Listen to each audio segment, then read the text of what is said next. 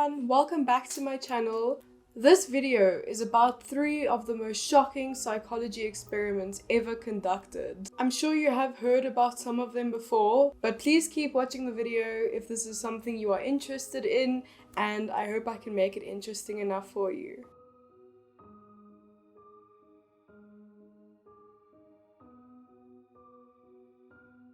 In 1971, Philip Zimbardo, a psychologist and professor at the University of Stanford, wanted to conduct a study on the effects that perceived power has on people. The experiment he would conduct was designed in a way that students would be divided into 2 groups. One group would be prisoners, and one group would be assigned as prison guards. The students would then be immersed in the simulation for 2 weeks. The experiment was funded by the US Office of Naval Research. It was to investigate the causes behind the difficulties faced between guards and prisoners. Any students that were interested could apply, and permitted that they fit the rules of the experiment could participate. The requirements were that the students had to have no criminal history, no mental health issues, and no medical issues either. Philip Zimbardo then created a mock prison to better adjust the environment, and Zimbardo then assigned himself to superintendent of the prison. Guards would stay separate from the prisoners during breaks or when resting, and the guards would also be quite comfortable where they were allocated. The prisoners, however, only had cots for themselves,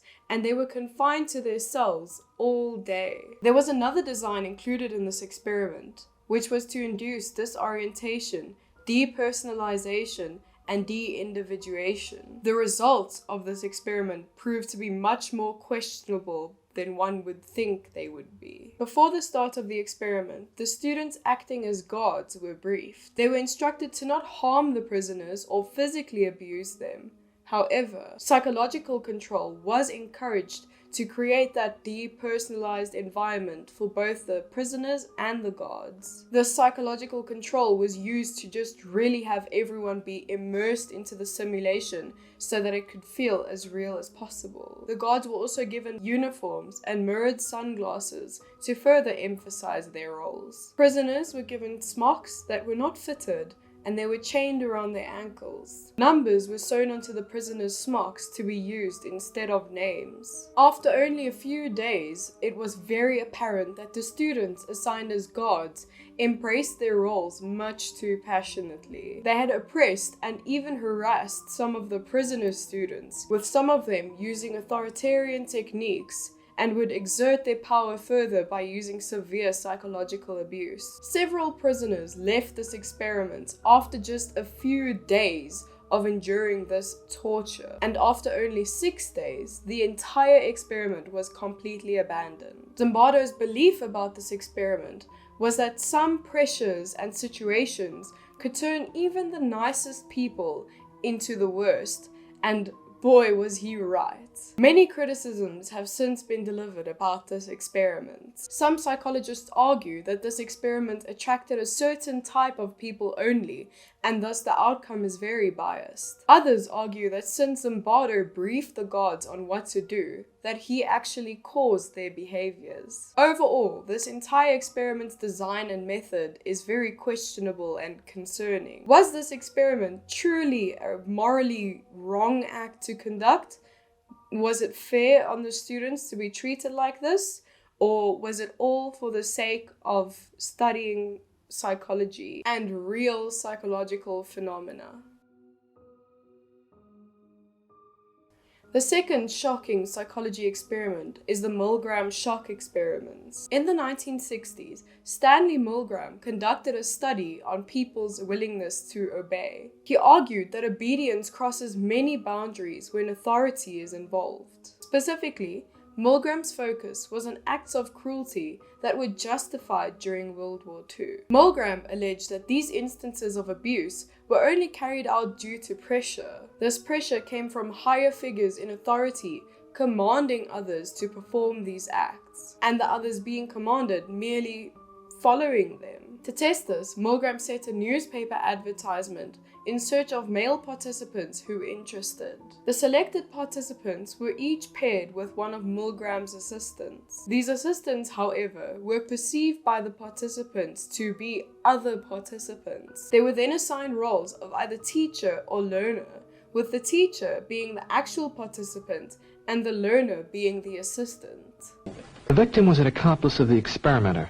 The drawing was rigged so that the naive subject was always the teacher and the accomplice always became the learner. It would seemingly be a random assignment. However, Milgram always made sure that the role of the teacher was assigned to the unaware participant. The learner would then have electrodes attached to their arms. They would be strapped to a chair, and then the teacher would be led into an adjacent room with a shock generator. This generator ranged from a very low to a very high current of shock options. Thus, the aim of the experiment was to see just how far an ordinary person would go in harming someone if they were commanded by an authority figure. The participants at this point were still, however, unaware of the premise of this experiment. They were actually led to believe that they were participating in a learning experiment. The learner would learn a list of word pairs, and thereafter the teacher would test his memory. The teacher would ask the learner to recite the pair to the word. When the learner would make a mistake, the teacher would be asked to administer an electric shock.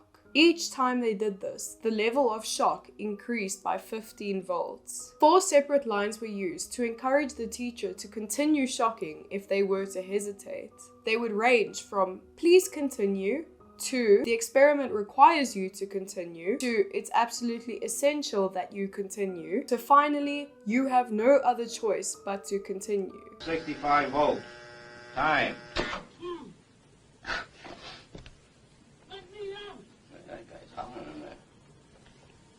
Continue, please.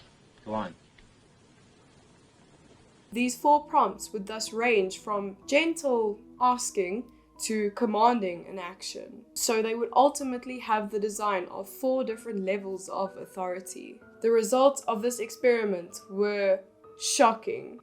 65% of the participants continued to administer shocks all the way to 450 volts, the highest level. 100% of the participants continued up to 300 volts. Now, I don't believe that this shock experiment actually involved real electricity or real electrocution. Right, I've just looked it up. As I suspected, it was not real shocking, but I still think that tricking other people into believing that they were truly harming someone is wrong in itself and surely unethical, but that is why this experiment is in this video. I can't stand the pain. Let me out of here.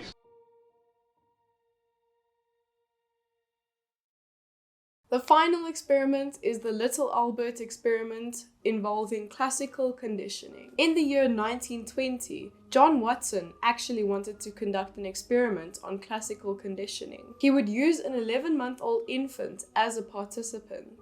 This infant would now be famously known as Little Albert. This was based off of previous conditioning experiments carried out by Ivan Pavlov, who conditioned a dog. John Watson wanted to expand this research to humans. The start of the experiment entailed Little Albert being exposed to various stimuli. We will call this various initial stimuli neutral stimuli. This initial stimuli included a rat, a rabbit, a monkey, masks, and burning newspapers. The experimenter would then observe the little child's initial reaction to these. The little child was initially not fazed by any of these items. Thereafter, Little Albert was then again exposed to the rat, and he was also simultaneously exposed to a very loud noise.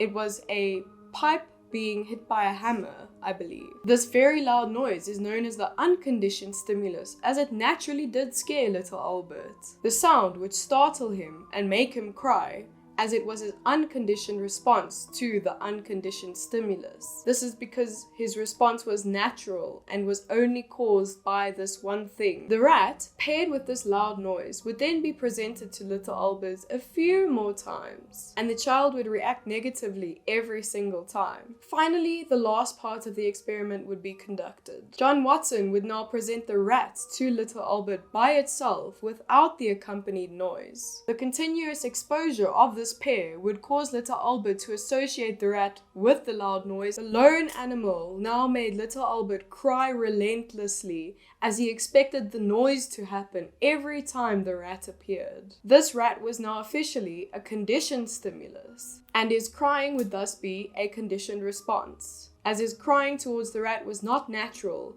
but was caused by an unconditioned stimulus. Little Albert would now be fearful of this rat. He would attempt to crawl away from the animal each time it was presented to him. He was no longer unfazed by it like he originally was. Other interesting results to note after the experiment was that little Albert was not only afraid of the rat, he was afraid of many things that even looked similar to the rat. He was afraid of the co-experimenter's white furry coat, and he was afraid of the Santa Claus beard that John Watson wore. This experiment understandably drew a lot of questions of ethical issues and criticisms. This was due to the belief that the young child was now left with an irrelevant fear. The young child and his mother moved to a new place before John Watson was able to remove the child's fear. He was not tracked down again for a very long time. It was sadly revealed that after psychologist Hall P. Beck managed to track down the boy's mother, that the child had actually unfortunately passed away at the age of 6 due to hydrocephalus, which is a buildup of fluid in the brain. Other debates do still exist that this child's mom that was tracked down was actually not the true child's mother, or even the true child that had passed away. Nobody ever truly knew little Albert's actual whereabouts, or if he ever had grown up to become a man with a strange fear of small, white, furry objects. That's the video for today. I do hope that these shocking experiments gave you a little bit of a chill and that it was really interesting to watch nonetheless. Thank you so much for watching. Please don't forget to like and subscribe and comment down below if you'd like to see any specific content from me next. Thank you so much again for watching. Until next time, bye.